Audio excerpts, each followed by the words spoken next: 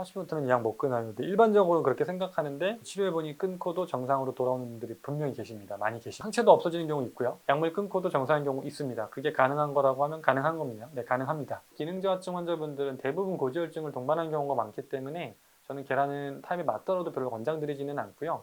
원장님 좋은 영상 만드셔서 감사합니다. 4년째 복용 중인데 살도 많이 찌고. 그렇죠. 이런 분들이 이제 저희가 치료해야 되는 분들인데 4년째 복용 중이라는 건 약물을 아주 꾸준히 성실하게 복용하고 계신데도 살이 찌고 피로감, 그러니까 전형적인 갑상선 기능 저하증들이 방치된 거죠. 숫자는 정상이지만 기능적으로 아직 회복 못한 분들, 이런 분들이야말로 꼭 저희 같은 치료가 필요한 분들이라고 생각합니다.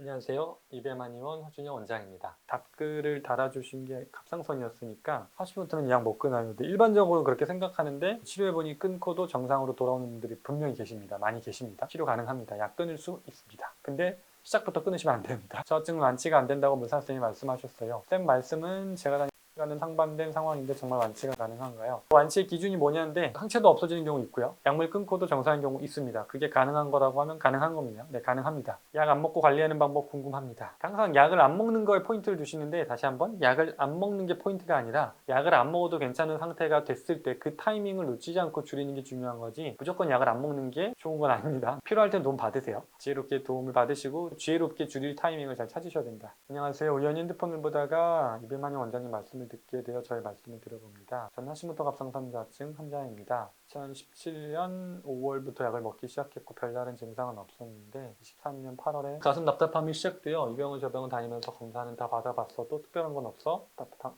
입을 말할 수 없어 고통스러워요. 병원에 계속 호소하니 피검사상 TSH 5.37 수치 나온다고 약을 끊고 보류하자 하셨어요. 기다리는 도중 답답해 다른 병원 검사했더니 3.3 수치 나온다고 약 안 먹어도 되겠고 병원지 때는 갑상선 검사를 해보라고 하셨어요. 2025년 10월 10일 건강검진 했는데 5점 수치 나오면 약 먹기 시작.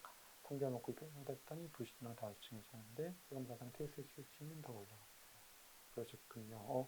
근데 이게 이제 앞에서 말씀드렸던 것 같은 딱 사례인데 좀 죄송하지만 병원에서 어쩔 수 없는 게 약물의 목표가 수치에 있고 수치가 떨어지면 줄여보고 올라가면 먹는 이걸 계속 반복할 수밖에 없는 게 이제 이런 환자분들이 저를 찾아오시는 거죠. 명확합니다. 그냥 약을 먹었을 때 일시적으로 기능 항진 상태로 잠깐 갔다가 또 끊으니까 저하가 왔다가 늘리니까 항진이 왔다가 지금 계속 반복하고 계신 거거든요. 그러니까 이게 중요한 건 약물을 줄이고 늘리는 건 병을 치료하는 방식이 아니라 내 수치 상태가 떨어진 걸 올려주는 그 방식일 뿐 병의 근본을 교정하는 방식은 아니거든요. 이런 분들은 하시모토 갑상선염이라는 병태의 그 과정이 남아있는 상태에서는 계속 이게 반복되실 거거든요. 이런 분들은 꼭 오셔서 치료를 받으실 필요가 있을 것 같습니다. 안타깝네요. 병원에서는 어쩔 수 없죠. 수치가 낮으면 이렇게 계속 반복되는 겁니다. 안녕하세요. 상세한 설명 감사합니다. 기능저하증 약을 복용하고 있는데 부작용이 심해서 약을 끊었는데 보충제로 보충하면 어떨까요? 어떤 부작용이 있으셨는지를 좀 얘기해 주셔야 될 것 같은데 신지로이드 부작용은 생각보다 약물 자체 부작용은 별로 없는 편이기는 하거든요. 다른 약들에 비해. 근데 이제 부작용이 보통 기능 항진으로 넘어가는 부작용 정도로 그 이외에는 갑상선 호르몬이 스스로 만들어내는 능력을 완전히 잃어버릴 수 있다는 점이 부작용이지 직접적인 어떤 부작용이 많은 편은 아니라 어떤 부작용 때문에 끊으셨는지를 좀 알려주시는 게 도움을 드릴 수 있을 것 같습니다. 보충제로 복용하는 거 보충제라는 게 그냥 호르몬제가 보충제거든요. 그걸 드시는 게 더 낫지 않을까 싶긴 합니다. 갱년기 증상까지 겹치는 죽을 맛임. 근데 주치의는 검사도 잘 안 해요. 원래 1년 반 정도에 한 번 정도 하나요? 양육량도 몇 년째 똑같아요. 그렇죠. 이게 이제 오래되신 분들은 그렇습니다. 왜냐면 초기에는 수치 변화가 약물의 반응이 어느 정도 하는지를 봐야 되다 보니까 미묘한 변화에도 얼마나 반응하는지 봤다면 나중에는 이 정도면 유지됐다는 거 보이면 6개월, 1년 단위로 그냥 1년치 약을 주시고 관리하시는 경우들이 많은데 용량도 몇 년 똑같다는 건 그런 경우겠죠. 왜냐면 똑같으니까요. 반응을 달리하지 않으니까. 그런데 이런 분들일수록 치료 반응이 좀 사실 좀 느린 편이긴 합니다. 저희가 치료해봐도. 하지만 분명히 치료되고 최근에도 한번 20년 이상 약 드셨던 분도 끊고도 정상 돌아옵니다. 처음부터 끊을 수는 없으니까요. 순차적으로 몸의 회복 정도에 따라 줄이는 게 중요할 것 같습니다. 이번에 저하증 걸렸는데 다 말이 달라서 혼란스럽네요. 말이 다르다. 어떤 말이 달랐던 건지 모르겠지만 치료가 안 된다는 말과 치료가 된다는 말이 있다면 된다는 말을 믿고 해보시는 게 더 좋지 않을까 생각합니다. 부작용이 아마 기능 항진증에 준하는 증상들이 아니지 않을까 싶은데 그런 경우는 영양을 줄여서 복용해 보시는 게 좋을 것 같습니다. 저하증 약을 복용한 지 보름 정도 됐는데 효과를 보려면 얼마 정도 좀 지나야 할까요? 보통 한 2주 정도 복용해 보시면 어느 정도 효과가 나타나실 거라 그거는 주치의와 상의하시면 좋을 것 같습니다. 공복 단독 복용입니다. 네, 공복 단독 복용 맞습니다. 드시면 되고 에너지 낭떠러지, 갑작스러운 무기력. 그렇죠. 기능저하증 환자분들이 대부분 이렇습니다. 아주 급작스러운 무기력으로 빠져버리니까 약물 도움 받으셔서라도 일단은 기능을 살려낸 상태에서 더 근본적인 치료를 고민하시는 게 좋을 것 같습니다. 근본적인 치료, 그게 뭐죠? 근본적인 치료라고 하는 건 하시모토 갑상선염에 한해서는 면역계 교란이 병의 원인이기 때문에 면역계 교란으로 인해서 면역계가 공격을 해서 갑상선 기능저하증이 생긴 게 하시모토 갑상선염인데, 그 기능자를 호르몬제로 보충하는 거는 면역계가 공격하는 현상을 바꾸는 게 아니라 호르몬 수치만을 채우는 거기 때문에 호르몬 수치는 채우시되 그 원인이 되고 있는 면역계 교란 이 부분을 회복하는 게 근본적인 치료다. 저는 이렇게 설명드립니다. 원장님 좋은 영상 만드셔서 감사합니다. 4년째 복용 중인데 살도 많이 찌고. 그렇죠. 이런 분들이 이제 저희가 치료해야 되는 분들인데, 4년째 복용 중이라는 건 약물을 아주 꾸준히 성실하게 복용하고 계신데도 살이 찌고 피로감, 그러니까 전형적인 갑상선 기능 저하증들이 방치된 거죠. 숫자는 정상이지만 기능적으로 아직 회복 못한 분들, 이런 분들이야말로 꼭 저희 같은 치료가 필요한 분들이라고 생각합니다. 맞아요. 먹는 양이 비슷했는데도 몇 년에 걸쳐 계속 늘어 한 번도 되어보지 못했던 몸무게. 그냥 갱년기라서 그런가 보다 했는데 운동은커녕 퇴근 후 숨만 쉬고 있는데도 갑상선 약 먹으니 퇴근 후에 뭔가 의욕도 생기고 살도 빠지더라고요. 맞습니다. 이런 게 이제 표준 치료가 잘 작동하는 분들인데, 갑상선 기능 저하증이 심한 상태에서 무조건 약물 끊고 치료하려고 하시면 안 됩니다. 왜냐면 대사가 너무 떨어져 있는 상태에서는 식사를 바꿀 의지 자체도 안 생기고 하기 때문에, 갑상선 호르몬이 떨어지면 전반적인 신진대사가 떨어지기 때문에 일상생활 에너지 자체가 없습니다. 그런 분들은 약물 드시면서 치료하셔야 되고, 다만 약물을 평생 먹겠다가 아니라 약을 먹으면서 도움을 받으나 스스로 기능할 수 있는 상태가 되었을 때는, 그 타이밍이 왔을 때는 줄일 수 있다 정도로 생각하시면 좋을 것 같습니다. 잡혔는지는 어떻게 알죠? 피검사? 잡으려면 어떻게 해야죠? 피검사죠. 갑상선 호르몬 수치가 기저치, 평상시에 오랜 기간 어느 정도 기저치였고 치료 시작하면서 그게 어떻게 변하는지 보면, 대표적으로 약물을 쓰고 있어도 T3, T4가 경계치에서 약간 낮은 축에 속했던 분들이 T3, T4가 좀 올라오고 경계치에서 높았던 TSH가 경계치 안으로 들어오면서 완전히 정상으로 떨어지면 그때 약을 좀 줄일 수 있는 타이밍을 찾고요. 그걸 매달 갑상선을 못 보다 보니까 갑상선 기능 저하증이랑 고지혈증이 동반됐던 분들은 대표적으로 고지혈증 수치 가지고도 어느 정도 갑상선 기능을 추정할 수는 있습니다. 저희는 주로 그렇게 하고 있습니다. 고지혈증이 동반됐던 갑상선 기능 저하증 환자분들은 콜레스테롤 수치를 가지고, 층 콜레스테롤과 LDL을 가지고 어느 정도 갑상선을 추정하면서 필요한 검사를 요청드리고 있습니다. 어떻게 호르몬을 잡는지도 알려주세요. 영상에서 자세히 다룬 거니까 살펴보시고요. 한약을 먹어서 치료하는 건가요? 기능 저하증 환자분들은 거의 한약이 필요한 경우들이 많아서 한약을 처방을 하고 있습니다. 선생님 감사합니다. 잘 보고 있습니다. 둘 다 적출한 사람 관리는 어떻게 해야 될까요? 안타깝네요. 둘 다 적출한 분들은 죄송하지만 치료 방법은 어쩔 수 없습니다. 호르몬제 그냥 드셔야 됩니다. 이거는 방법이 없습니다. 안타깝지만 복용하시면서 관리하시는 게 좋을 것 같습니다. 여러 질환들이 많이 생기고 계시네요. 고지혈증도 있고 지방간도 있고 최근에 극심한 스트레스로 림프가 막혀서 간단해지고. 적출했다는 건 아마 암이었던 게 아닐까 싶으시거든요. 이미 암이 한번 발생했던 분들은 그만큼 면역기가 극도로 저하된 상태가 오랜 기간 방치된 거기 때문에 제대로 된 면역 관리를 하실 필요가 있을 것 같습니다. 호르몬 어떻게 잡히나요? 신지로이드만 먹어요. 안 먹고 살찌는데 많이 먹는다고 오해까지 억울합니다. 기능 저하증이 수치는 잡혔지만 기능은 떨어져 있는 상태. 이런 경우들은 수치를 정상화시키는 게 목표가 아니라 기능을 정상화시키는 게 목표가 돼야 돼서 양적인 상승이 아니라 질적인 상승을 만들어야 된다. 이렇게 보시면 될 것 같습니다. 저하증을 20대부터 30년째 앓고 있는데 살이 빠져서 엄청 고민인데 저하증이 살이 찐다는 건 이런 경우들이 많습니다. 30년째 앓고 있다면 한번 검사를 해보실 필요가 있는데 일시적으로 항진으로 넘어가는 경우들도 있고요. 그렇지 않고 저하인데도 살이 빠지는 경우들도 있어서, 교과서적으로는 기능 저하증은 살이 좀 찌고 기능 항진증은 살이 빠진다고 하는데 임상적으로는 계속 반대인 경우를 너무 많이 보기 때문에 큰 의미는 없다고 봅니다. 체지방이 40% 넘어요. 이거 다이어트가 안 돼서 한약도 먹고 근데 1kg도 안 빠지고 오히려 쪘어요. 아직은 다이어트를 하면 안 되나요? 수치는 정상인데 증상은 여전해요. 수치는 정상이지만 양적으로는 정상이지만 질적으로는 정상이 아니라는 상태인 거죠. 이런 분들은 질적인 정상화를 목표로 치료하셔야 됩니다. 기능 저하증이 예전보다 많이 좋아져 제일 낮은 단계 약을 먹고 있는데 위고비 맞으면 효과가 있을까요? 위고비는 권장 안 드립니다. 기능 저하증 환자분들 위고비 맞으면 효과 별로 못 봅니다. 다른 일반인들보다 대사 자체가 떨어져 있어 살이 찌는 거에 위고비는 부작용이 더 클 것 같습니다. 악엽성으로 인해 갑상선이 75% 손상되어 저하증이 걸렸습니다. 약으로 수치는 완전 정상인데 살이 안 빠집니다. 수치가 정상인데도 말씀하신 타입에 따라 안먹으로 안 빠지네요. 저하증인 전에는 노력하면 빠졌는데 저하증 때문에 타입별로 안 나오면 빼기 힘들다. 타입별로 식사를 해야 좀 빠지기가 쉬우실 거고요. 기능 저하증 수치는 정상이더라도 호르몬 기능이 떨어져 있는 경우는 살이 잘 안 빠지기 때문에 이런 분들은 꼭 치료가 필요해 보입니다.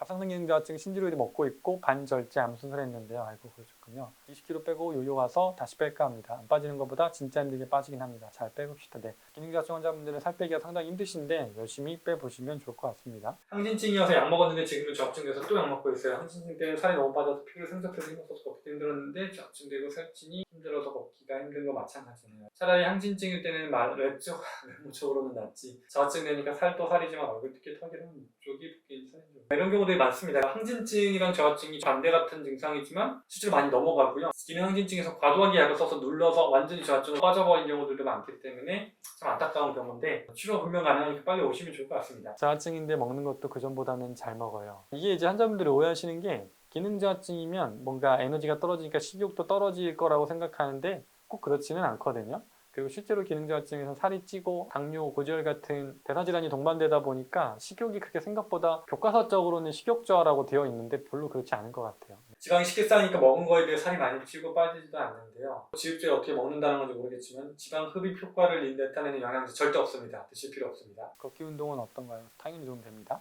선생님, 저는 신지로이드만 20년째 복용 중인데 다른 영양제 추천 안 드립니다. 타입을 저런 식으로 분류하는 것과 지정된 음식을 분류해서 추천하는 건 살짝 위험하죠. 타입을 제대로 분류를 못한 경우에는 이걸 보시고 난 M 같아, S 같아 해서 드시는 건 위험하니까 정확하게 안전하게 하시고 싶으신 분들은 꼭 오셔서 제대로 진단을 받고 하시는 게 좋을 것 같습니다. 어떤 의사는 계란을 먹지 말라고 하네요. 저는 매일 아침으로 계란 2개씩 삶아 먹고 있는데 네, 이것도 마찬가지로 M타입 분들 중에서도 타입이 맞는 분들은 문제가 없는데 타입에 맞더라도 기능저하증 환자분들은 대부분 고지혈증을 동반한 경우가 많기 때문에 저는 계란은 타입에 맞더라도 별로 권장드리지는 않고요. 굳이 드신다면 노른자를 빼고 흰자 정도를 맞는 분들께도 드시라고 저는 권장드리고 있습니다. 갑상선 기능저하증 약 먹고 있는데 올리브오일 먹어도 될까요? M타입 분들한테는 많이 권장드리는데 S타입 분들은 권장드리지 않습니다. 올리브오일 한 스푼씩 먹는 거랑 올리브오일이랑 레몬도 이제 그거는 혹시 전 의미가 있다고 생각하고요. 이 답변이랑 좀 연결할 수 있는 것 중에 하나가 편차에 해당하는 환자분들을 치료하면서도 또 나름 그 안에서 카테고라이징을 해보려고 하다 보면서 보이는 것 중에 갑상선 기능 저하증 환자분들은 확실히 M타입 분들이 많은 것 같고요. 그러다 보니까 뭐 어떤 질환에 이런 게 좋다더라 하는 걸 보면 그 질환군이 많은 타입 분들한테는 도움이 되는 것들이 많은 것 같아요. 그래서 유의미한 것들이라고 생각하고 저는 그건 최대한 차용하려고 생각하고 있기는 합니다. 그래서 M타입 분들이 훨씬 더 압도적으로 확실히 많거든요. 요즘은 또 S타입 분들이 많이 보이기는 하는데 어찌됐든 그런 이유로 레몬이나 올리브오일은 특히 M타입 분들한테 아주 좋은 조합이라 저는 권장드릴 수 있는 방식인 것 같습니다. 또 비슷한 개념으로 어쨌든 자가면역 간염 환자분들이 또 많이 오시는데 유독 S타입 분들이 많고요. 그 중에서도 저희가 분류하는 기준상에서 S24, S32 또는 S28 타입으로 분류되는 환자분들이 정말 압도적으로 많은 것 같아요. 그래서 이 타입 분들이 저희가 이제 분류하는 기준상 상대적으로 장기 기능이 폐 기능이 좀 강하고 간 기능이 약한 의학적인 파의 간이 아니라 한의학적으로 표현하는 폐 기능, 그러니까 호흡기 기능이 강하고 간의 해독 기능 또는 감정적인 울체나 이런 거에 좀 취약한 특성들이 있는데 이 타입 분들이 유독 자가면역 간염이 많아서 그런 걸 고려했을 때 또 자가면역 간염, 그러니까 간에 안 좋다고 하는 음식들을 보면 주로 M타입 분들에게는 괜찮은 음식들이 상대적으로 많거든요. 이런 경향성이 확실히 좀 있는 것 같아서 이걸 카테고라이징 하려는 시도는 하고 있다 정도로 이야기드릴 수 있을 것 같습니다. 어떤 식품이 좋은지 정확히 알려주면 좋을 텐데 브로콜리, 양배추, 콩 등이 안 좋다고 하는데 사실인지 궁금했는데 저는 야채를 많이 먹는 편입니다. 약 먹을 단계는 아니라고 진단을 받았는데 식단으로 해보려고 하는데 식단을 해보려고 하시면 오시면 제가 자세히 설명드릴 수 있을 것 같고요. 약 먹을 단계가 아니라고 하셨다는 건 아마 TSH 수치 정도만 높고 T3, T4는 정상 범위 안에 있는 불연성 갑상선 기능 저하증 상태이지 않으실까 싶은데 이 시기 때 치료하시면 더 빠르게 할 수 있고요. 브로콜리, 양배추, 콩 다 이전 영상에서 자세히 다뤘던 것 같으니까 참고하시면 좋을 것 같습니다. 고이트로겐이라는 성분에 대해서 영상을 찍었던 적이 있는 것 같거든요. 영상 자세히 보시면 나와 있으니까 참고하시면 좋을 것 같습니다. 후코이단은 어떤가요? 이제 후코이단이 이제 보통 저희도 이제 많이 처방하고 저희가 영양제로도 만들어서 판매하고 있는데 후코이단도 어디서 원료가 추출됐느냐가 중요한데 저희는 주로 미역 추출 기준으로 볼 때는 X타입 분들께 잘 맞아서 많이 권장드리는 편입니다. 근데 이제 미역이 대표적으로 요오드도 많고 하니까 환자분들이 미역 절대 안 된다 병원에서 많이 얘기 들으니까 안 된다라고 생각하시는데 그냥 제 결론은 저희는 S타입 갑상선 기능 저하증 환자분들께는 후코이단 권장드리고 치료로 쓰고 있고 결과는 괜찮은 편입니다. 저하증 있는데요. 신지로이드 복용 중입니다. 커피는 안 좋은가요? 타입에 맞지 않는 분들은 드시지 않는 게 좋습니다. 맞는 분들도 기능 저하증 환자분들한테는 커피는 별로 권장드리진 않습니다. 이유는 타입에 맞더라도 여러 이유가 지금 지질대사 특히 콜레스테롤도 좀 올리는 편이기도 하고 갑상선 관련해서는 커피는 이득보다는 해가 더 큰 것 같습니다. 밀가루 들어간 음식, 설탕, 액상, 다당식, 자연식, 맨발 걷기, 운동, 따뜻한 물 많이 마시고 아침 일어나 공부 3개월 했어요. 7년째 약 먹었는데 좋아져서 약 아주 잘하고 계십니다. 그런 방식으로 하시면 될 것 같습니다.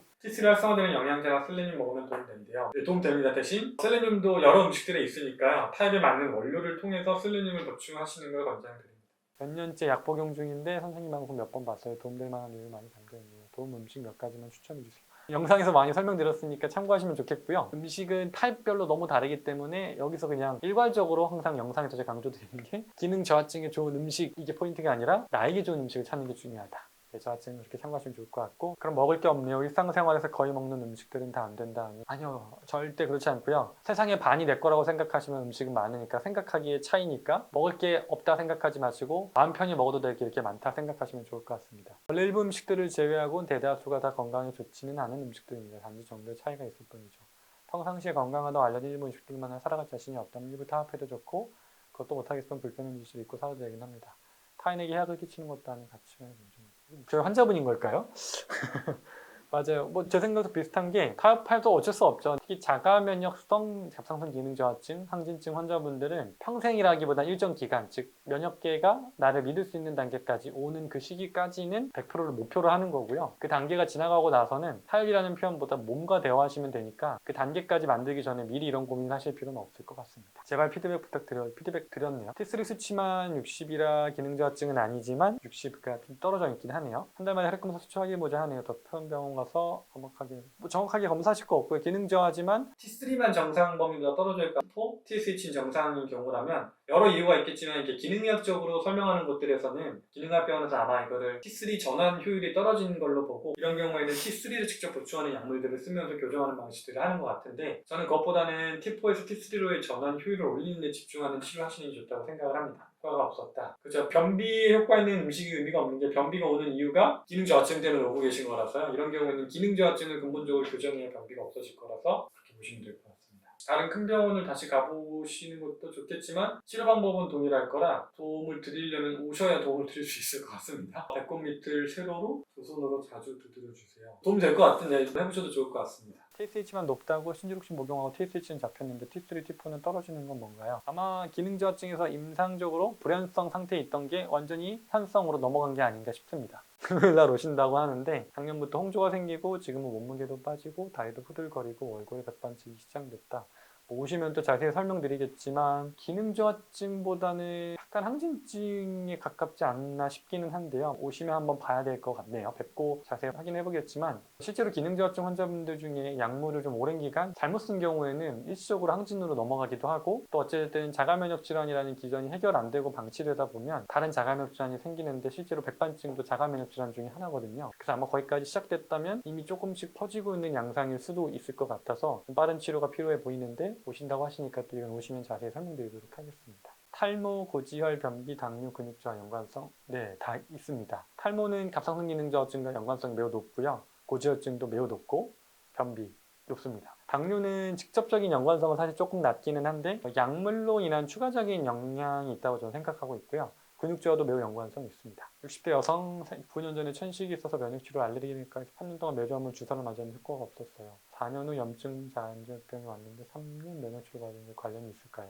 네, 저는 매우 관련이 있다고 생각합니다. 근데 IgG4 관련 질환을 저는 이런 관점에서 사실 좀 보고 있는데 만성적인 저강도의 항원 자극을 방치했다는 게 그 약물로 계속 누르면서 저는 생기는 병이라고 생각하고 있거든요. 개인적인 생각입니다. 근거가 없습니다. 왜냐하면 논문이 없으니까. 근데 어쨌든 면역 반응이 나타나는 걸 그냥 방치한 정도가 아니라 계속해서 뭐 주사라는 게 아마 알레르기 주사들 뭐 항히스타민제나 요즘은 좀 무서운 게 알레르기 내과에서도 면역업체제 쓰는 경우들이 많이 계시더라고요. 그 주사들을 오랫동안 맞았는데 효과가 없었다면 그 반응이 누적돼서 여러 다른 자가면역 질환이 발병될 가능성은 전 매우 높다고 생각하고 있습니다. 갑상선 기능 저하로 오른쪽 눈이 복시 사시로 되어서 눈이 너무 불편해서 사시 수술을 해야 되는지 기능 저하가 직접적으로 복시 사시를 유발할 가능성은 낮고요. 반대로 기능 항진증에서는 복시 사시가 나타날 수 있습니다. 그레이브스 암병증이라 그래서 그레이브스 병이 눈으로 올 수 있거든요. 그런 경우면 수술하는 경우도 있지만 보통은 스테로이드 치료를 먼저 하면서 반응을 보는 편인데 그런 경우 스테로이드 주사가 필요하실 것 같아서 꼭 병원에 가셔서 이미 암병증이 진행됐을 경우에는 잘 조치하셔야 될 것 같습니다. 이런 경우가 있는 것 같아요. 그 기능 저하라서 약을 너무 오랫동안 먹다 보면 본인도 모르게 항진으로 넘어가는 게 그냥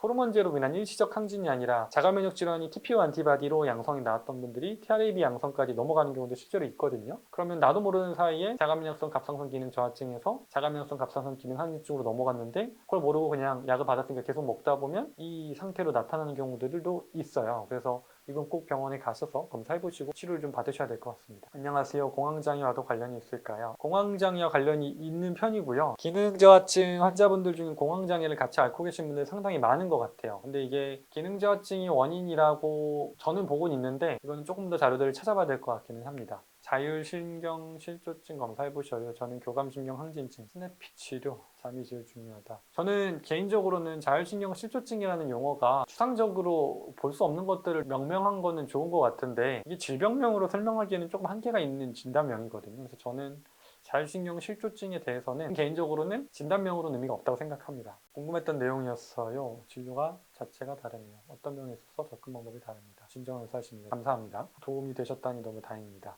신지록신 25ml를 2년간 복용했는데 우연한 기회에 지방간과 만성간염 진단받고 치료 중입니다. 근데 갑상선도 좋아지는 것 같아요. 신기해요. 약 복용 안 하고 있어요. 치료라는 게 뭐 약도 약이겠지만 아마 지방간 진단 받으면 지방간은 치료약이 없고 보통 다 아이한테 살 빼라고 하시는데 살을 빼시면서 아마 효과가 있었던 게 아닐까 싶거든요. 대사적으로 회복하면서 갑상선도 같이 좋아지는 경우들이 매우 많죠. 아주 좋은 경험을 하신 것 같습니다. 눈이 부어요. 눈이 부어서 잘 안 빠져요. 기능저하증에서도 나타날 수 있지만 주로 기능항진증에서 많이 나타나는 증상이니까 한 번 더 검사를 해보시고 수치를 확인해 보시는 게 좋을 것 같습니다. 치매 시어머니가 3년 살고 엄청난 시달림과 스트레스로 겪어본 적 없는 고통을 받았어요. 지금 약 먹은 지 이틀째 되었어요. 스트레스가 진짜 큰 것 같아요. 네, 스트레스는 매우 큰 원인이 맞습니다. 근데 항상 제가 원인, 그러니까 코즈랑 트리거를 좀 구분해야 된다고 생각하는데 엄청난 트리거는 맞지만 원인이라고 생각하기보다 저는 트리거라고 보시는 게 맞다고 생각해서 생활에서 이상이 누적되면서 스트레스가 그 마지막을 터뜨렸다라고 보시는 게 맞을 것 같습니다. 좋은 치료를 잘 받으셔서 회복이 되시기를 바라겠습니다. 스트레스 때문에 그래 맞습니다. 스트레스도 중요한 요인입니다. 어떻게 의사에게만 맡기지? 그렇죠. 의사에게만 맡기시면 안 됩니다. 저한테 맡기지 마시고 본인이 맡기셔야 됩니다. 스트레스와 주의 온도로 치료 유지 좋습니다. 술, 담배가 맞습니다. 술, 담배는 모두에게 안 좋은 거기 때문에 꼭 끊으셔야 됩니다. 저는 류마티스 관절염인데 기능 저하의 상준으로 바뀌었고 간 수치가 높다고 하고요. 염증 수치가 높다 합니다. 전형적으로 갑상선 기능 항진증, 그레이브스병 초기에 간 수치가 높은 경우들이 많아요. 염증 수치가 높다 합니다. 네, 이게 이제 보시는 것처럼 류마티스 관절염에서 갑상선 기능 항진증도 많이 동반되고요. 갑상선 기능 항진증 환자분들 중에 류마티스 관절염을 가는 경우도 많아서 영상 사례로 남겼던 분이 있으니까 그 류마티스 관절염과 갑상선 기능 항진증 동반된 분들이 이런 식으로 치료됩니다를 좀 한번 참고해 주시면 좋을 것 같습니다. 안녕하세요. 임신 초기 중에 갑상선 기능 저하증 진단받았는데 약을 먹어야 한다는데 애기한테는 괜찮을까요? 수치가 정상으로 나오면 약을 끊어도 되나요? 꼭 답변 부탁드립니다. 이거는 주치의랑 상의하시고 결정하시면 되는데요. 이전 영상에서 다룬 적이 있는 것 같은데 임신 초기 중기에 따라서 TSH의 적정 농도라는 게 있거든요. 그거에 맞춰서 약물을 조절하시면 되고요. 초기에서는 특히 TSH가 좀 엄격하게 일반적으로 생각하는 정상 범위보다 좀 더 엄격하게 TSH가 낮은 걸 권장을 드려요. 왜냐면 오히려 약이 영향을 주는 것보다 약이 제대로 복용이 안 돼서 기능저하증 상태가 방치됐을 때 아이한테 주는 영향이 더 크거든요. 아이는 엄마의 대사를 가지고 움직이니까요. 그래서 오히려 적정한 정도는 복용하시는 게 낫겠지만 제가 권장드리는 건 치료를 통해서 수치가 좀 더 빨리 떨어져서 약을 줄일 수 있는 상태를 만드는 걸 빨리 만드시는 것도 권장드립니다. 신생아 갑상선 기능 저하증도 어른이랑 같은 삼상 아닙니다. 신생아는 전혀 다르고요. 신생아 갑상선 기능 저하증은 주로 부모로부터 일시적으로 왔다가 사라지는 경우들이 많아서 이거는 어른이랑 같은 선상에 놓을 필요가 없습니다. 영아가 아니라 유아가 아니라 신생아는 다릅니다. 신생아 갑상선 기능 저하증은 병원에서 하시면 치료 받으시면 됩니다. 신생아 갑상선 기능 저하증은 이전에 저희가 영상에서 다룬 적이 있으니까 그 영상을 참고하시면 좋을 것 같습니다. 류마티스 환자인데도 저도 11월 독감 백신 맞은 후 대상포진을 알았어요. 대상포진 예방 접종 언제 맞아야 할까요? 이게 참 어려운데 류마티스 환자분들은 대상포진이 이 류마티스 때문에도 많이 오지만 류마티스 관절염에 사용하는 약물들이 면역 저하를 많이 유발하다 보니까 대상포진 위험성이 높은 건 맞아요. 그래서 저는 제가 권장드리는 방식은 올바른 치료를 통해서 약물을 빨리 줄여서 대상포진의 위험성을 줄이고 주사를 맞지 않는 상태를 만드는 걸 권장드리고요. 근데 그렇지 않고 약물을 쓰고 계신 분들은 어쩔 수 없이 맞는 게 더 이득이 크다고 판단할 수 있을 것 같습니다. 근데 저는 굳이 권장드리지는 않는 입장입니다. 어느 지역에 계시나? 저는 서울 서초 교대역 인근에 있습니다. 교대역에서 아주 가까운 곳에 위치하고 있으니까요. 참고하시면 좋을 것 같습니다. 갑상선 기능 저하증인데 완치가 된다니 희망적이네요. 의사 선생님 계신 병원이 어디죠? 영상 보고 계신 아이디 눌러보시면 나오니까요. 저희 거기 있으니까 어디 도망가지 않으니까 전 이비엠 한의원에 있으니까요. 오시면 보실 수 있을 것 같습니다. 더보기 칸에 항상 설명이 돼 있다고 하니까요. 보시면 좋을 것 같습니다. 설명을 편안하게 해주셔서 감사해요. 어쩌면 저한테 해당되는 것 훤히 들여다보고 얘기해 주시는 것 같고 근본적인 원인까지 짚어주셔서 이해가 잘 됩니다. 아주 감사한 답변이네요. 너무 감사합니다. 얼마 전 진단받고 답답했는데 정리 너무 잘해주셔서 감사합니다. 도움이 되셨다니 다행입니다. 이해가 잘 되고 지루하지 않게 설명 감사합니다. 지루하지 않아서 도움이 되셨다니 다행입니다. 감사합니다. 도움이 되셨다니 다행입니다. 감사합니다. 잘 듣고 있어요. 저도 저하증입니다. 도움이 되셨다니 다행입니다. 말씀 일단 맞는 말씀이네요. 감사합니다. 도움이 되셨다니 다행입니다. 있습니다. 잘 들으며 공부하고 있습니다. 어떤 분이 알 것 같네요. 이미 치료 잘 받고 계시는 분이라 치료가 잘 될 수 있도록 열심히 실천해 주시면 좋을 것 같습니다. 안녕하세요. 저는 15년 정도 저하증 약을 먹고 있어요. 한번 찾아가겠습니다. 오셨던 분 중에 이 성함이 기억이 나는데 기능자증 환자분이 아니셨던 것 같은데 오셨는지 모르겠네요. 댓글 달아주시면 오셨는지 알려주시면 좋을 것 같습니다. 갑상선 기능자증 신주를 먹은 지 5년. 여기 가면 나을 것 같으니까 시내 갑니다. 꼭 조만간 찾아뵙겠습니다. 완치된 후 다시 댓글 올리겠습니다. 작년 8월이면 오셨다면 이미 치료가 되고도 남을 시점인데 치료가 되셨으면 댓글을 달아주셨을 텐데 오셨으면 기간은 8개월이면 치료가 됐어야 될 시점이거든요. 오셨는지 댓글 달아주시면 좋을 것 같습니다. 그럼 어떻게 해요? 영상에서 설명드린 거에서 좀 만족이 안 되신 것 같은데 그럼 모셔야 자세히 설명드릴 수 있을 것 같네요. 걱정하지 마시고 오셔서 상담 받으시면 좋을 것 같습니다. 재밌으셨다는 거는 다행입니다. 즐거우셨다니 다행입니다. 한무당 따위가 무슨 치료를 한다고 한의사는 절대 의사가 아닌데 의사가 아닙니다. 한무당 쓰레기 학문 치료 근거를 최대한 쌓으려고 하고 있으니까 그래도 이렇게 댓글 달아주셨다는 건 관심이 있는 거니까 이 질환을 앓고 계신 분이라면 좀 도움이 되셨으면 좋겠습니다. 이 사람 잘 모름 기능의학 의사에게 가보시길. 근데 아직 저도 모르는 게 많긴 하고요. 본인에게 맞는 의사분들이 분명 계실 거라 기능의학 의사분들 가셔봐도 좋을 것 같고요. 제 치료가 무조건 맞으니까 저한테 하셔라가 아니라 이런 치료 방식이 이해가 되시는 분들은 따라오시면 좋을 것 같고 이해가 안 되는 분들은 본인에게 맞는 결을 찾아가시는 게 가장 치료 효과도 좋으실 것 같습니다. 좋은 기능의학 치료를 받아보시는 것도 좋겠지만 저는 그래도 제가 조금 더 잘할 수 있는 부분이 많다고 생각해서 도움이 되실 수 있는 분들은 오시면 좋을 것 같습니다. 식품 치료라는 영역은 저희 아버지가 연구하시고 그동안 식품만으로도 변화를 만들어낸 걸 어떤 한의학적인 중재를 추가적으로 더하면서 조금 더 변화가 속도가 났다라고 저는 생각을 하는데 치료 경험들을 바탕으로 새로운 치료들을 이어가는데 사실 이게 어떻게 보면 한의학적인 치료가 진행되는 방식이거든요. 이런 질문들을 쭉 보면 환자분들은 어떤 대규모 임상 연구를 항상 원하시고 제가 개인적으로 할 수 있는 연구가 아니니까 제 결론은 이런 특이사항들의 환자 사례들을 계속 쌓고 특이 케이스들을 올리려고 하는 게 제가 현실적으로 할 수 있는 방법이라고 생각해서 결론을 내리고 저는 이렇게 설명을 드리고 싶어요. 대학병원에서 하는 치료들이 표준적인 치료라고 하는 거라면 제가 임상에서 보는 거는 저는 편차에 해당되는 분들을 집중하는 거거든요. 표준 치료에 반응하는 분들은 저희한테 안 오시겠죠. 그런데 저는 그 편차에 해당하는 즉 표준에서 벗어난 표준 치료의 반응이 불명확하거나 부족하거나 또는 어떤 부작용으로 인해서 그 표준 치료를 할 수 없는 분들을 치료하다 보니까 편차에 해당하는 분들의 사례에 저는 집중을 하는 거거든요. 이거를 좀 비유를 해보면 커피로 비교를 해보면 뭐 스타벅스를 예를 들면 아주 프랜차이즈고 품질 관리가 정말 잘 되잖아요. 그러니까 어딜 가도 비슷한 치료를 해줄 수 있고 그랬을 때 커피 맛은 이게 표준 맛입니다 라고 딱 정한 그 맛을 명확하게 내주니까 그걸 선호하는 분들이 많고 그게 더 안전한 실패하지 않는 방법이긴 하겠죠. 근데 나는 근데 그 스타벅스 커피 맛이 싫어. 나는 조금 더 뭐 산미가 더 강한 맛을 좋아한다거나 내가 생각하는 맛있는 커피는 이런 거야 라고 생각하고 그 커피 맛을 만들어내려고 하는데 환자분들이 이 커피 맛은 이게 맞는 게 아닌데 라는 설명을 하면서 이게 커피의 표준이야 라고 하면 제가 설명드리는 거에 이제 좀 괴리가 있는 거죠. 이게 무슨 말이냐면 표준 치료라는 거의 장점은 어떤 표준적인 딱 목표를 정했을 때 그거를 명확하게 달성해줘요. 갑상선을 한번 예로 들어보면 왜 병원에서는 바보처럼 약만 처방하는 바보처럼 약만 처방하신다고 제가 설명하는 게 아니라 갑상선 기능 저하증 치료의 목표가 뭐냐 하면 갑상선 기능 저하증의 정의가 갑상선 호르몬 수치가 실제로 떨어져 있는 즉 T3, T4가 떨어져 있고 TSH가 올라가 있으면서 그로 인한 갑상선 기능 저하증의 임상적 증상들 뭐 변비 피로감, 체중 증가 이런 것들이 동반된 경우를 이제 갑상선 기능 저하증이라고 하니까 이 치료약의 목표는 떨어져 있는 T3, T4를 채워서 T3, T4 수치를 정상 범위 안으로 올려놓으면 그거에 대한 반동으로 TSH는 정상 범위로 떨어지니까 그 상태가 치료의 목표가 되는 거거든요. 그 목표로는 이 약물이 가장 표준적이고 가장 합리적인 치료 방법인 거죠. 그러니까 바보처럼 처방하는 게 아니라 대학병원에서 하시는 치료들이 가장 효율적이고 가장 쉽고 가장 재현성이 높은 치료인 건 맞는 거죠. 근데 이제 제가 그럼 어떤 환자분들을 보냐면 저는 그 편차에 해당한다는 말은 약물을 썼는데도 T3, T4가 안 잡히는 분들 이런 분들은 사실 갑상선에서는 흔하지 않고요. 제일 많은 경우는 썼는데 T3, T4는 잡혔는데 증상이 여전해. 갑상선 기능 저하증의 전형적인 증상들이 병원에서는 수치가 다 정상이니까 문제가 없다고 하는데 나는 문제를 느낀다. 수치가 다 정상인데 나는 오히려 이전보다 더 피곤하고 피로감이 더 심하고 체중은 안 빠지고 수치는 정상인데 나는 왜 이러냐 이런 분들. 또 하나는 T3, T4도 다 잡혔고 증상도 괜찮은데 나는 이 TPO 안티바디라는 이 항체가 있는 게 불안하다. 근데 병원에서는 이거는 문제 없다고 한다. 어쩔 수 없다고 하고 이거는 치료의 대상이 아니라고 하는데 내가 이런저런 검사들을 해봤을 때 이 항체가 계속 늘어나는 게 계속 보이는데 이 항체가 늘어나는 게 정말 괜찮은 건가? 여러 연구들을 제가 이전 영상에서 설명드렸지만 TPO 안티바디는 자가면역성 기전의 핵심으로 나타났던 거기 때문에 이게 양성으로 나왔다는 거는 갑상선은 정상일지 몰라도 이 자가 면역성 반응이 다른 범위로 퍼질 가능성은 분명히 내포하고 있거든요.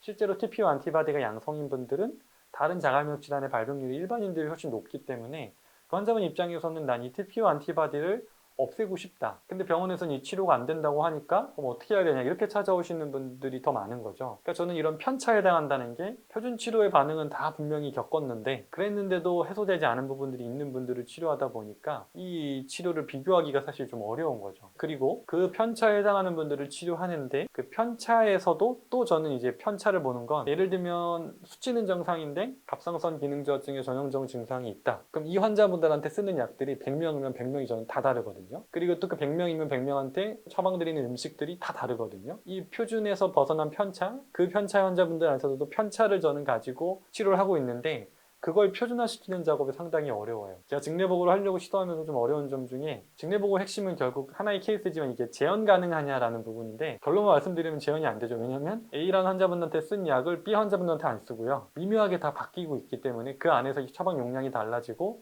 처방드린 음식이 다 달라지고 있다 보니까 기능저하증 환자분들한테 제가 어떤 직내보고를 유의미하게 쌓아서 보고를 하려면 뭐 최소 10건 이상을 보고하려고 할 때 갑상선 기능저하증이 예를 들면 이런 한의학적 처방이 효과가 있습니다라고 보고를 하려고 해야 되는데 저는 그렇게 쓰지 않거든요. 예를 들면 뭐 일반적으로 뭐 가미소유산이라는 어떤 처방이 효과가 있다라고 보고를 하고 싶어도 저는 그 가미소유산을 주로 이제 M타입 분들한테는 많이 처방을 하는 그 처방을 저는 다 처방 구성을 다 바꾸거든요. 그 안에서 용량을 조절하고 환자분들의 유전체 타입에 맞춰서 써야 될 약물들의 종류가 달라지다 보니까 그거 안에서 다 가감을 하게 되는데 가감을 한 걸 다 가미소유산이라고 보기에는 너무 범위가 넓어져서 그걸 가지고 가미소유산이 갑상선 기능저하증에 효과가 있다라고 보고할 수가 없는 거죠. 이런 한계점들이 있어서 환자분들이 이런 댓글을 달아주시면 이해는 하나 제가 느끼는 현실적인 한계들이 그런 게 있다. 이 질문에 이제 답을 다시 돌아와서 치료하신 100명 중에 한두 명 말고라고 하면 제 말을 믿으실지 모르겠지만 저희가 이제 내부적으로 좀 프로토콜을 짜려고 하면서 6개월 정도 치료 프로그램을 따라와 주신 분들 중에 특히 갑상선 질환 환자분들 좀 정리를 해보니까 결론만 말씀드리면 수치상 모두 호전됐습니다. 근데 그 수치 호전됐다는 케이스가 약물을 유지하시는 분들도 있고요.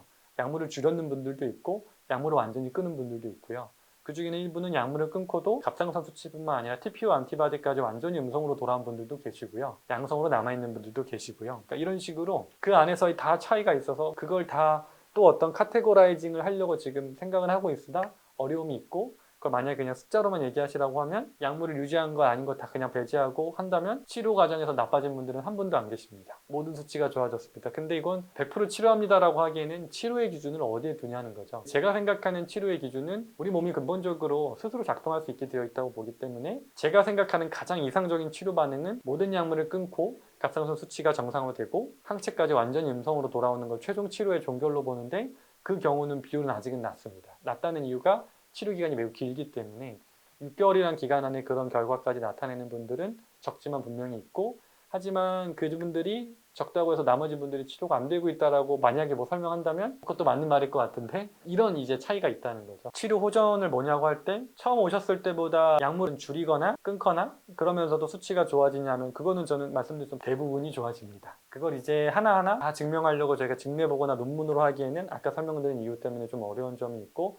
그래서 저는 그 중에서도 특이 케이스, 그러니까 편차에 해당하는 분들 중에서도 특이 케이스라 하면 모든 약물을 중단했음에도 완전히 수치들이 정상이고 항체까지 돌아온 분들을 가능한 한 보고하려고 하고 있고 그걸 이제 영상이나 글로 제가 계속 작성하고 있는 거니까 궁금하신 점들은 그런 내용들을 참고하시면 좋을 것 같고요. 그래서 임상적 호전 증거라고 하는 게 아마 수치상의 변화는 제가 블로그에 많이 작성을 하고 있으니까 뭐 결과만 궁금하신 거면 거기서 참고하시면 좋을 것 같고요.